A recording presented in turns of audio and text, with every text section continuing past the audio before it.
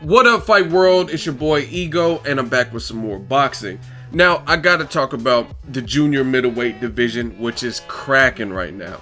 You got a lot of talent in that talent pool.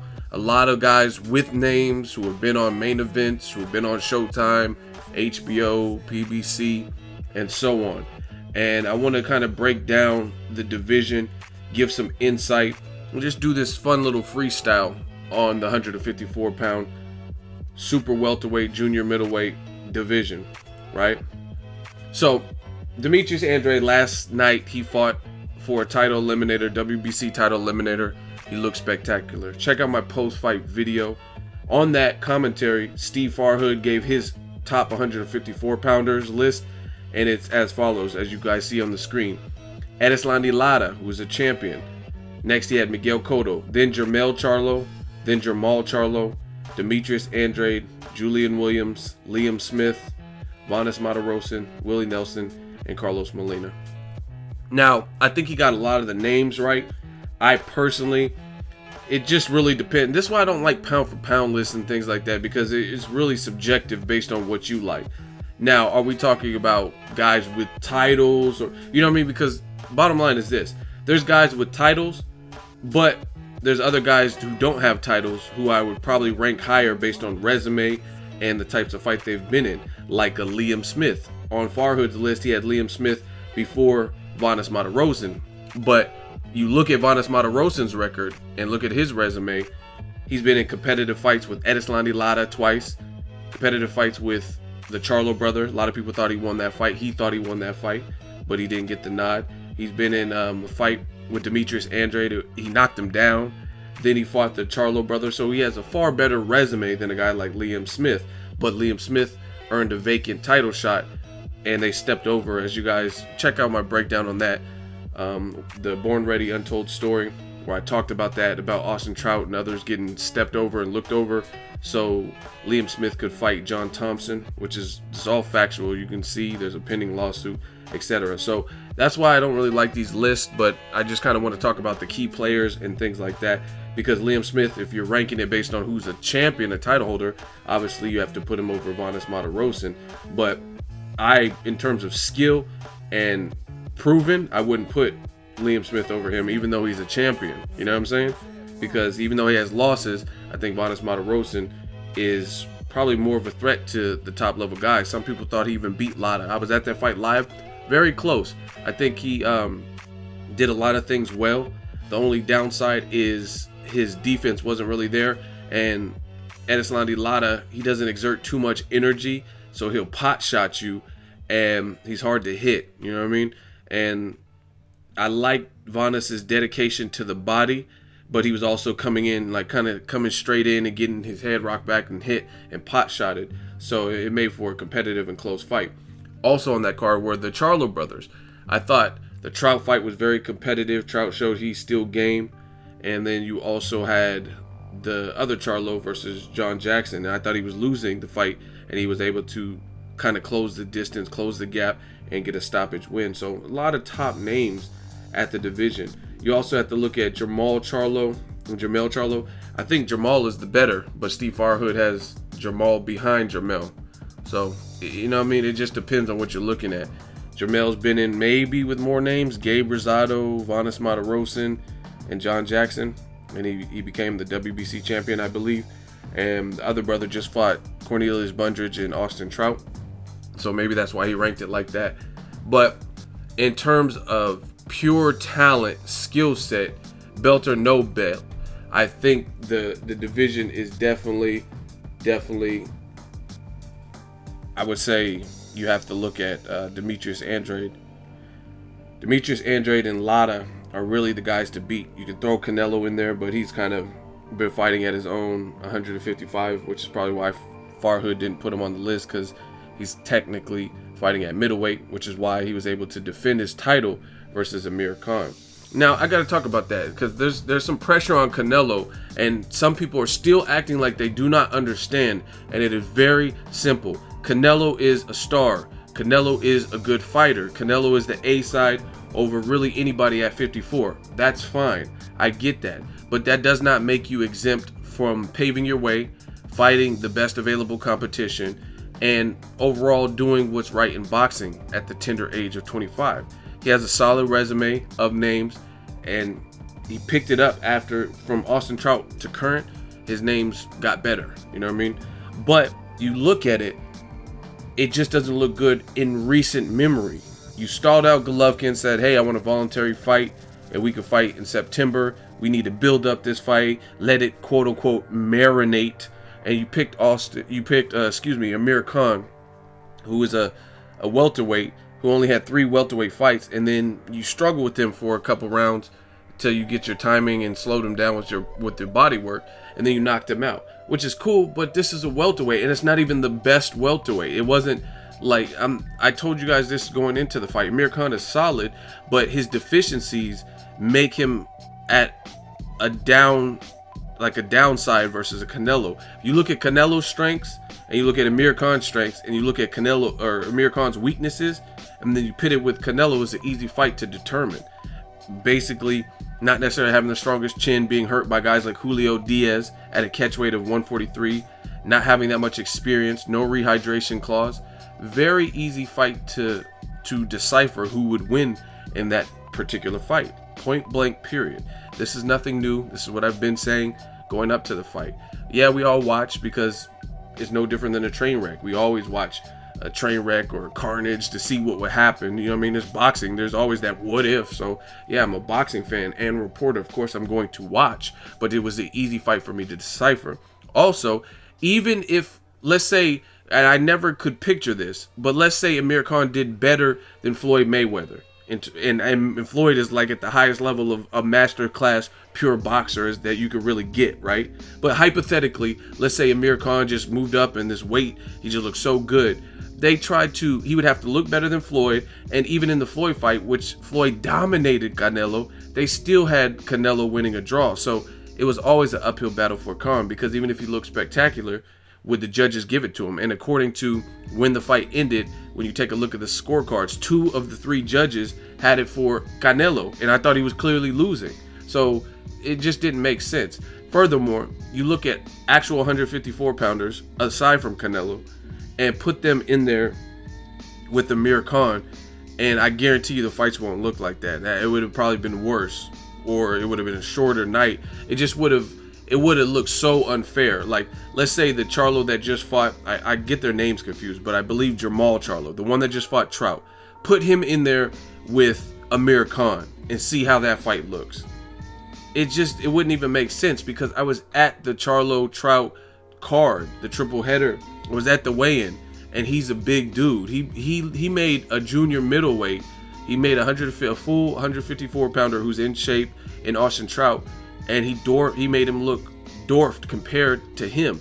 He looked like 6 foot, 6'1". Same thing with Demetrius Andrade. I met him. I watched him spar. He's a cool dude. I'm like 6'5". He's a tall guy. You know what I mean? He's like 6'1", and he's in shape. Put him next to Amir Khan, and it just wouldn't look right. I've met Amir Khan too. I've been right next to Amir Khan.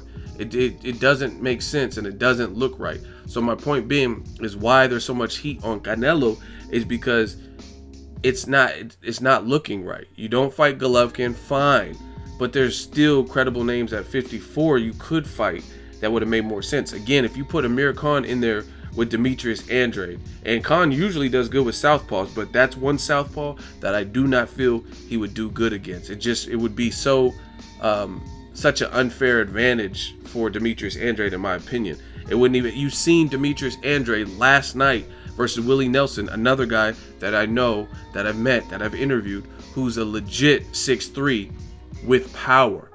And Demetrius Andrade had no fear of Willie Nelson's power or height. In round 1, he came at him. He looked composed. He was digging to the body. You got to look at little subtle things as a real boxing fan, not a groupie or a fan of one particular fighter or anything, or a race or anything like that. Look at it as a true boxing fan. What Demetrius Andrade was doing shows his level of composure, shows his level of experience. He was doing that kind of Mayweather dagger stab to the body. That takes guts when you're in there with someone who's taller than you, especially when his money punch is an uppercut. Because if you stay in that pocket just a hair too long, you might get clipped with that uppercut.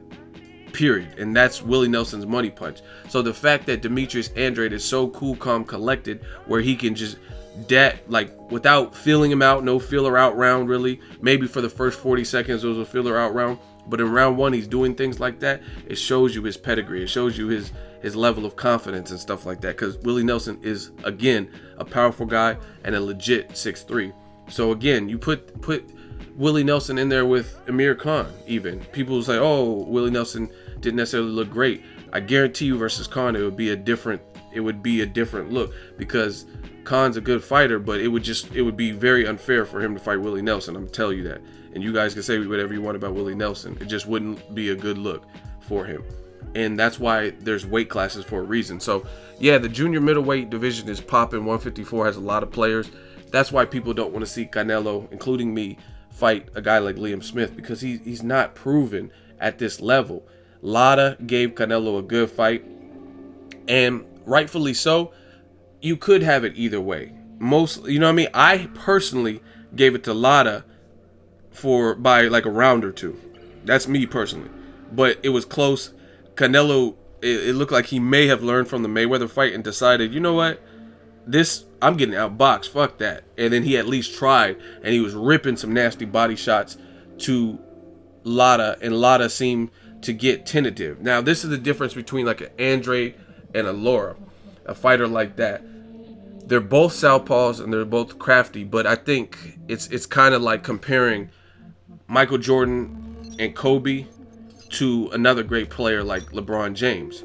And the reason I say that is because Jordan and Kobe had that killer instinct. Like if they needed to start shooting somebody's lights out in the fourth quarter, they can do it and get it done. LeBron James is more of like a Magic Johnson. He's good with court vision. He's good ball handler, and he's just overall great basketball player. But sometimes he lacks in those championship moments. He lacks that killer instinct, and that's kind of what I think of when I think of LARA. Spectacular fighter, but he lacks that killer instinct. When he's beating the shit out of a guy like Delvin Rodriguez, a guy who has no like business, especially at that point. Look at that point when LARA fought Delvin Rodriguez. He had already got destroyed by Cotto in 3 rounds in Florida, I think it was. And also, before I continue, rest in peace to the people who lost their lives in Florida and Orlando and all their families. I send my condolences to the people who were victimized by that act of terror and or those affected by it. I just woke up this morning and heard about that Orlando terrorist shooting at the nightclub. Terrible. But what I was saying is Miguel Cotto, he destroyed Delvin Rodriguez. Austin Trout had beat Delvin Rodriguez. And Delvin Rodriguez really has never been like an A-level fighter in general, to me. That's why Cotto fought him coming off of back-to-back losses to Mayweather and Trout, because he needed a tune-up fight with a new coach at that time, which was Freddie Roach, and he needed to get his bearings back and his confidence back. But anyway, LARA fought Delvin Rodriguez, and he was demolishing him, but he would not put his foot on the pedal. I really feel like with the knockdowns and his LARA's power and skill, he could have easily stopped Delvin Rodriguez, and Delvin had nothing for him. So you don't let a dead man hang around, especially in boxing. You know what I mean? That's why I would favor a guy like Gennady Golovkin over LARA. I still want to see it, but I would favor the guy who has more of the killer instinct, who's also a good fighter, you know what I mean? And good with that style. But that's the difference to me between like an Andrade and LARA. Sometimes LARA will it's like he gets complacent and he has it on, let's say you're driving on the freeway. Other fighters like a Golovkin or Demetrius Andrade, they'll show you more of that finisher killer instinct. And say the freeway, there's not that many cars on it and it's pretty safe, they're going to go above the speed limit to get the job done, get to the destination quicker. Where LARA, it's like he just stays on cruise control. He's content going 65 miles per hour for the whole duration. Whereas the other guys, the Golovkins of the world, the Andrades, even guys like Canelo, if they get you hurt, you know what I mean, they're going to try to finish you and they're going to speed up a little bit. So LARA's a great fighter. I'm not taking anything away from him. He's actually one of my favorite slick fighters. It's just that's something I noticed. So there's really no reason to not see some of these fights, some of these like great fights. Andrade LARA is a rematch from the amateurs. Canelo versus LARA, that's a rematch I would definitely like to see. Clear the air, see who's the best. The Liam Smith just shouldn't be in talks. This shouldn't even be part of the equation. really Canelo versus welterweight shouldn't be in the equation. And there's really not anything you could say about Demetrius Andrade. He's a showman. He talks a little bit of shit, so he knows how to sell. He's a good fighter. He's a southpaw. He's a problem for anybody. He can finish guys. He has, I think, I don't know off the top of my head, but the last couple fights he's had that I could think of, there were stoppages. He stopped Willie Nelson in the 12th round. So it shows you he has the stamina to go 12, right? He did it with VANES, and he almost went the distance with Willie Nelson, but then he got the stoppage in the last round. So it shows you he has the conditioning, the stamina, the temperament to stay with the game plan for 12 solid rounds and get a late finish, which they said at the telecast that Andrade hadn't really had many stoppages past a certain round. So he just added that to his arsenal. He talks trash. He could also be humble. He was humble to Willie Nelson in victory. He didn't like badmouth him or nothing. He said he's a champion. So there's really no excuse right now for these top level guys like CHARLOS and all these guys to not fight each other. And it's getting sickening in the sport of boxing, where you have a lot of fans playing politicians and playing businessmen and not seeing it. I don't care who Demetrius Andrade fights, but it should be top level guys. It should be like a Demetrius Andrade Charlo or LARA or CANELO. You know what I mean? Same thing with Canelo. He shouldn't be fighting a Liam Smith. You know what I mean? Get his title after you clear the air with the LARA fight. How about that? That's great. That sounds like a great plan. If you want to unify at 154, clear the air with the LARA fight, beat him convincingly so there's no questions, knock him out like you did Amir Khan or James Kirkland, and then keep it pushing. And if Liam Smith at that point still has his belt, then go after him. But don't just immediately go after the weakest link. Some people, they got mad at my Broner comparison. Broner jumped up 2 weight classes and fought Paulie Malignaggi, who some would say is was the weakest champion at 147, but it was still Broner jumping up 2 weight classes to fight him. You know what I mean? It's not like a guy who at Canelo who's fought at 155 and then dropping an extra pound and taking on the weakest champion. Canelo already has experience pretty much at middleweight, because 155 is technically middleweight. Again, that's why he was able to defend his title against Amir Khan. So to me, that makes more sense for Canelo's stock. You don't want to fight Golovkin right now. You want it to marinate, or you don't want to give him your name or your star power, or you want to starve him out, fine. But there's just too much talent at junior middleweight at 154 to not see great fights. So hopefully we get to see the great fights. LARA, he's still a live dog. He's still a game. I mean, even VANES, like, these are all great fights, and I just want to see them round robin, Super 6 style tournament. Let me know what you guys think at 154. Who is the best? Who should Canelo fight next? Demetrius Andrade, the Charlo brothers, Austin Trout, all these guys. Who should they be in the ring with next? Liam Smith. You drop it in the comment section. Let me know what you think. Make sure you like my video as always. Hate, comment, and subscribe. Till next video is Ego signing off. You don't feel it, then it must be too real to touch. You'll never in your life try to knock the truth. The illest shit ever. Get ready, 'cause this is about to get heavy. Trying to keep me out, trying to censor what I say, 'cause they don't like what I'm talking about. So what's wrong with the media today? Prove I'm lying if I ain't correct. So if you enjoyed this video and want more content like this on the channel, you can show your appreciation by going to the PayPal donate button or the YouTube support button, and you can donate any amount that you feel is equivalent to the value of this video. Much more to come. Thank you guys for your support. Boxing Ego, the future of boxing.